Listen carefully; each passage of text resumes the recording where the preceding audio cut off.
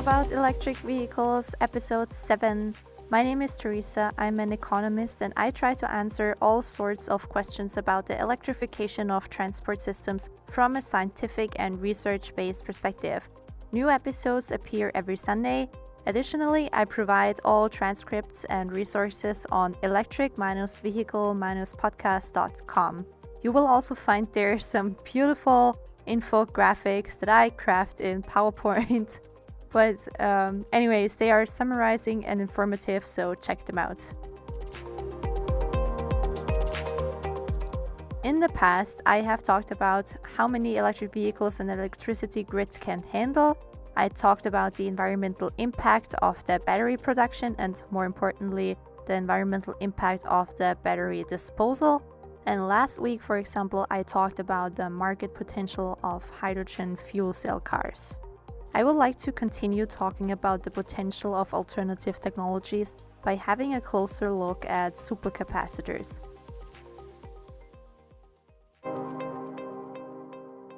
For my listeners that work in an e-mobility related sector, this might already be a well-known term, especially after Tesla recently invested in that technology. But I also know that parts of my audience do not have any deeper knowledge about electric cars at all. They are just generally interested or curious about the latest technology inventions. Back to supercapacitors. Oh boy. Actually, my very first listener request was an email with a question about supercapacitors. Back then, I was under the impression that this was a new invention, but it turns out that supercapacitors have been commercially produced and used in various market sectors for decades. But it happened more recently that the global demand for supercapacitors experienced this major additional boost. What I have learned over the past weeks about supercapacitors is just amazing, and I can't wait to share my knowledge with you. I gathered a lot of content, and to prevent you from any information overload, I split the episode in 3 cohesive parts, and additionally, I really try my best to break down the technical details in smaller, processable pieces. In the first part, we will talk about what a supercapacitor is and what makes it better than conventional capacitors, or what it makes it better than batteries. In the second part, which will be published in a week from now, we will talk about specific examples where the supercapacitors have already been used and which sectors really have benefited from it so far. At the third part, we will solely focus on its impact on the automotive industry and the transportation sector. So after this very long intro, thanks for the patience by the way, let us get started.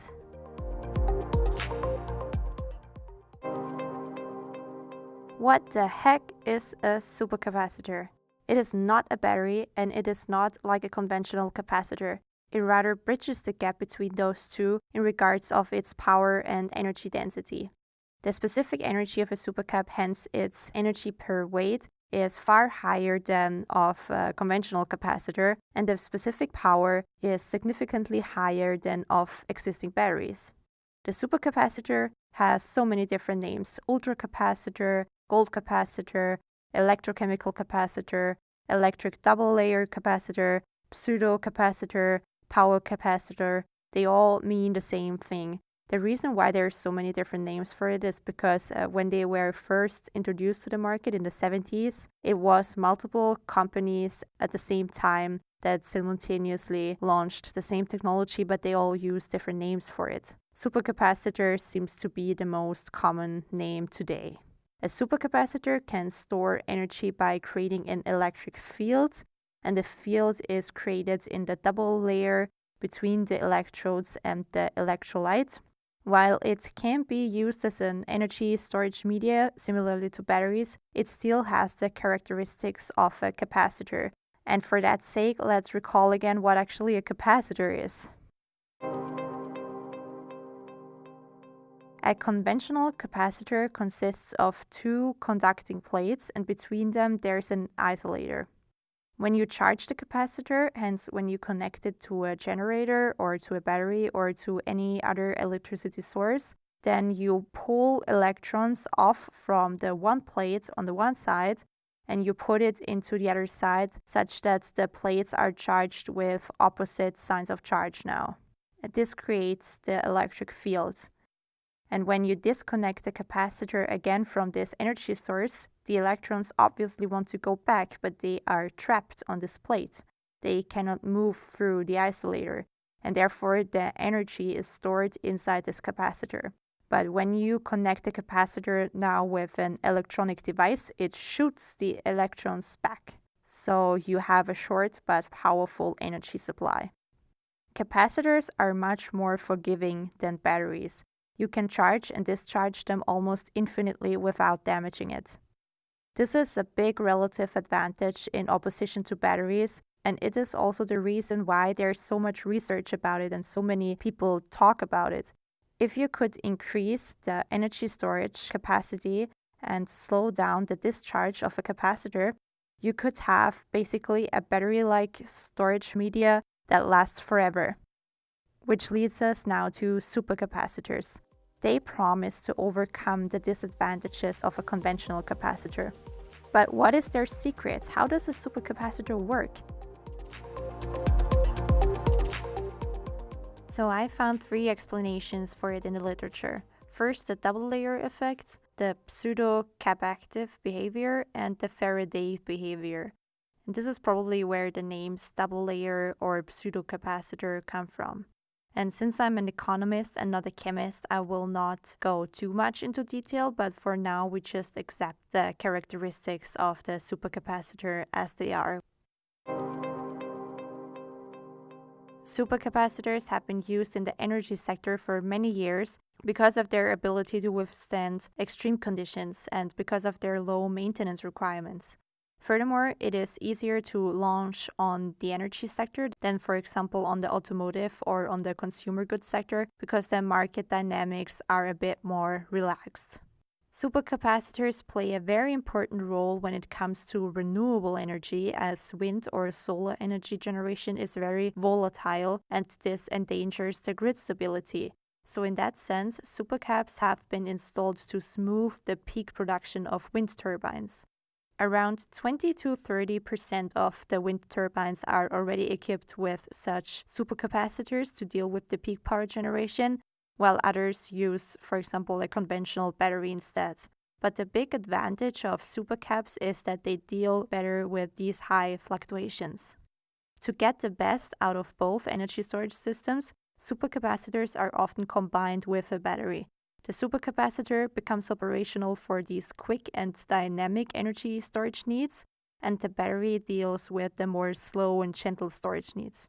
This practice reduces the stress for the battery, which increases the battery's lifespan. But to benefit from the advantage of such a combination, you need a very efficient control and balancing strategy for all of these power flows. The impact of the fluctuations on the electricity grid, either caused by renewable energy generation or by consumption, is especially pronounced in smaller grids, for example on smaller islands or at standalone home generator systems, hence where households are 100% independent of the grid. Sometimes only 20 to 30 seconds of energy storage are required to smooth either the electricity demand or the electricity supply.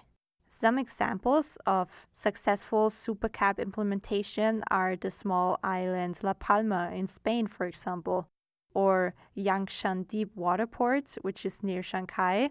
This is located at the end of a 20-mile bridge, so it is a small grid system. The supercapacitors fully operate since 2013 there, and since then, the supercapacitors led to a 38% reduction of the peak hour energy demand. And if they wouldn't have installed the supercapacitors, they would have had to make very expensive upgrades of the transmission line. An interesting fact. There's plenty manufacturers offering supercapacitors, but the current market leader is Maxwell Technologies, located in the United States. In particular, they produce cylindrical supercapacitor cells, and since Maxwell is so well positioned on the global market, their cell size of 60 millimeters cell diameter became standardized, but the height of the cell can vary. Supercapacitors are also found as pouch cell, but this is less common. And there has been a lot of research going on about flexible or soft supercapacitors. I don't know exactly what that means. It is not yet commonly available, but at least it sounds very fancy, I think. Cylindrical supercaps are cheaper to manufacture but have a maximum manageable power limit due to the heat that is produced inside of the cell. On the other hand, the manufacturing of a pouch cell is usually more expensive, but it is therefore suitable for higher power densities.